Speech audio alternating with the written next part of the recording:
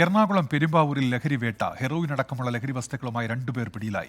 എക്സൈസും എൻസിബിയും സംയുക്തമായാണ് പരിശോധന നടത്തിയത്. എസ് ശ്യാംകുമാറുണ്ട് കൊച്ചിയിൽ നിന്ന്. ശ്യാം, വിവരങ്ങൾ. പാലക്കാട്ട് താഴം എന്ന് പറയുന്ന സ്ഥലത്തായിരുന്നു എൻസിബിയുടെ നേതൃത്വത്തിൽ പരിശോധനയ്ക്കായി എത്തിയത്. എക്സൈസിന്റെ സഹായം ആവശ്യപ്പെടുകയും ചെയ്തു. ഏറ്റവും ഒടുവിൽ ലഭിക്കുന്ന വിവരപ്രകാരം പ്രദേശത്തെ ഒരു വീട്ടിൽ നിന്ന് 66 ഗ്രാം ഹെറോയിനാണ് ആദ്യം ഘട്ടമെന്ന രീതിയിൽ കണ്ടെത്തിയത്.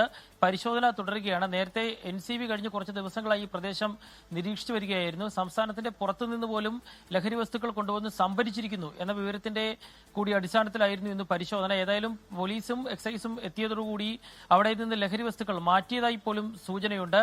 നിലവിൽ പരിശോധന തുടരുകയാണ്. എൻസിബിയുടെ നേതൃത്വത്തിലുള്ള പരിശോധനയിലാണ് ഇപ്പോൾ 2 പേരെ കസ്റ്റഡിയിലെടുക്കുക കൂടി ചെയ്തിരിക്കുന്നത്.